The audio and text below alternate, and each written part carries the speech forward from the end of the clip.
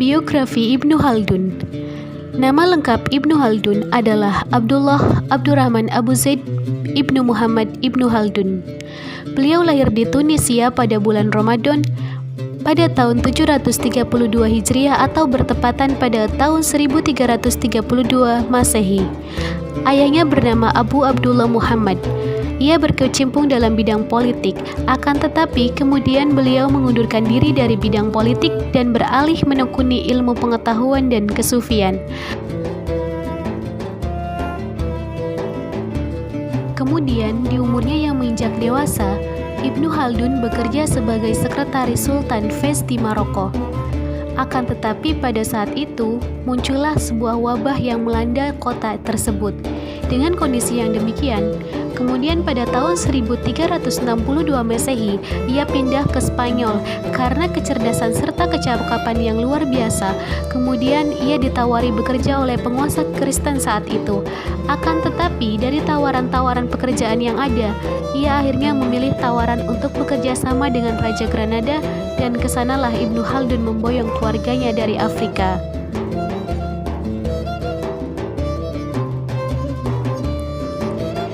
Di Granada, ia menjadi utusan raja untuk berunding dengan Pedro, Raja Granada waktu itu, dan Raja Castilla di Sevilla. Akan tetapi, di Granada Ibnu Khaldun tinggal hanya sebentar. Selanjutnya ia kembali lagi ke Afrika dan diangkat menjadi Perdana Menteri oleh Sultan Aljazair.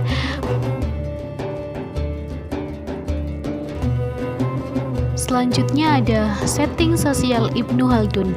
Ada 3 fase gambaran kehidupan Ibnu Khaldun dari latar belakang sosial maupun politiknya. Yang pertama, masa pendidikan. Fase pertama ini membahas tentang pendidikan Ibnu Khaldun yang ia mulai di Tunis dalam jangka waktu kurang lebih 18 tahun antara tahun 1332 sampai 1350 Masehi. Kemudian fase kedua, masa politik praktis. Fase kedua dilalui Ibnu Khaldun dalam berbagai tempat seperti di Granada, Fez, Biskara, dan tempat lainnya dalam jangka waktu 32 tahun antara tahun 1350 sampai 1382 Masehi. Pendidikan yang diterima Ibnu Khaldun yang didapat dari orang tuanya sendiri maupun dari para guru-gurunya sangat mempengaruhi sekali dalam perkembangan intelektualnya.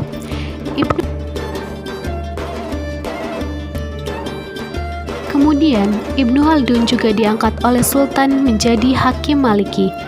Ibnu Khaldun diperintahkan oleh Sultan untuk mengajar dan diangkat menjadi guru besar hukum di Universitas Zahiriyah yang mulai buka tahun 1386 Masehi.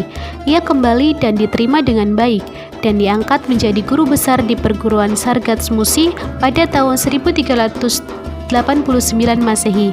Di sana, Ibnu Khaldun mengajar hadis, khususnya kitab Muwatta Malik. Bahkan ia pun pernah diangkat sebagai ketua Qonakoh Barbars, yaitu perkumpulan sufi terpenting di Mesir. Setelah 14 tahun mengabdikan diri secara khusus dalam pendidikan, Ibnu Khaldun diminta untuk menyertai Al-Nasir dalam membebaskan Damaskus, yang pada waktu itu berada di bawah ancaman Timur Leng yang menguasai Aleppo. Di sini terjadi pertemuan antara Ibnu Khaldun dengan Timur Leng dalam rangka merundingkan suatu kesepakatan di antara kedua belah pihak. Selanjutnya yaitu pendekatan dan teori Ibnu Khaldun. Ibnu Khaldun berpendapat bahwa pendidikan berusaha untuk melahirkan masyarakat yang berbudaya serta berusaha untuk melestarikan eksistensi masyarakat yang akan datang. Maka pendidikan akan mengantarkan kepada pengembangan sumber daya manusia yang berkualitas. Konsep pendidikan Ibnu Khaldun mengarah pada kehidupan manusia untuk menghadapi masa depan yang lebih baik dari sebelumnya, yaitu dengan melahirkan masyarakat yang berbudaya agar dapat melestarikan dan meningkatkan kebudayaan manusia.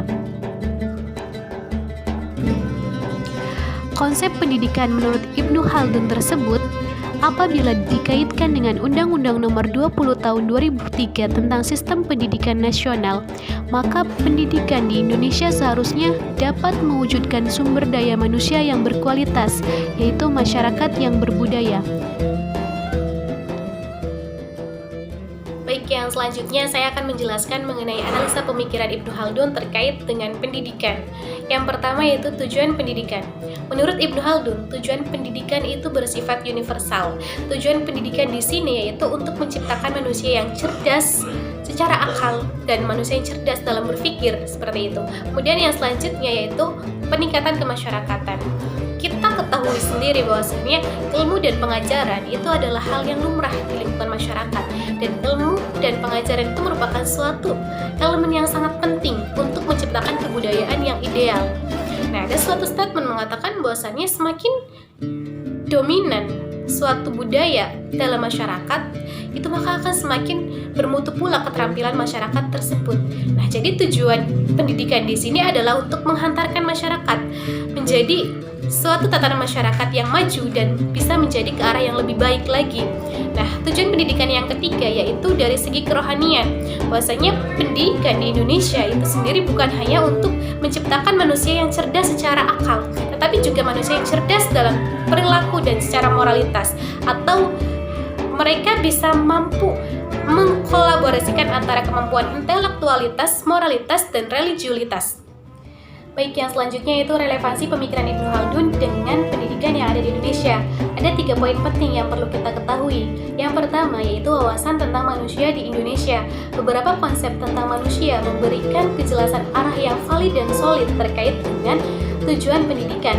Hal ini juga sudah dijelaskan atau ditegaskan dalam USPS, Undang-Undang Sistem Pendidikan Nasional Bab 2 Pasal 3, yang menyatakan bahwasanya pendidikan nasional itu berfungsi untuk mengembangkan kemampuan dan membentuk watak serta peradaban bangsa yang bermartabat dalam rangka mencerdaskan kehidupan bangsa, bertujuan untuk mengembangkan potensi peserta didik agar menjadi manusia yang beriman dan bertakwa kepada Tuhan Yang Maha Esa, berakhlak mulia, sehat, berilmu, cakap, kreatif, mandiri, dan menjadi warga negara yang demokratis serta bertanggung jawab. Nah, menurut rumusan USPN ini, pendidikan yang ada di Indonesia hendaknya itu bersifat teistik. Nah, rumusan manusia seutuhnya seperti yang tertuang dalam USPN adalah identik dengan konsep insan kamil, yang berarti bahwa pendidikan di Indonesia harus memiliki tujuan yang jelas. Dengan demikian, maka terciptanya manusia yang mempunyai keseimbangan antara jasmani, intelektual, dan hati nurani. Pendidikan manusia seutuhnya haruslah mengindahkan ketiga unsur tersebut agar dapat terbina dengan seimbang antara intelektualitas, moralitas, dan religiulitas. Kemudian yang kedua yaitu wawasan ilmu. Suatu realitas dalam pendidikan Indonesia masa kini adalah adanya dikotomi keilmuan. Yang pertama terkait sekolah umum yang menekankan pada kajian ilmu-ilmu umum. Kemudian yang kedua, pesantren yang menitikberatkan pada ilmu-ilmu agama. Dan yang ketiga adalah madrasah yang mencoba menyeimbangkan antara keduanya, antara ilmu agama dan ilmu umum.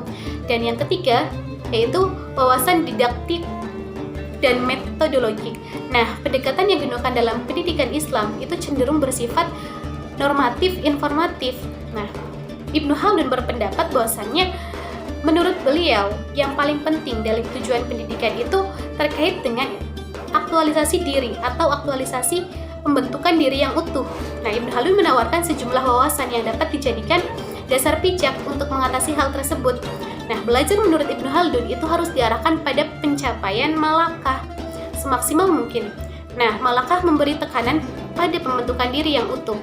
Nah, Ibnu Khaldun itu menentang adanya sistem verbalisme dalam pendidikan. Menghafal itu menurut Ibnu Khaldun pada hakikatnya membebani peserta didik, sehingga mereka kurang sanggup mendapatkan malakah atau kurang sanggup untuk mengaktualisasikan dirinya secara sempurna. Mungkin itu saja yang bisa saya sampaikan. Mohon maaf apabila ada kata yang kurang tertata dan tutur yang kurang teratur. Saya Milenawati. Sekian. Assalamualaikum warahmatullahi wabarakatuh.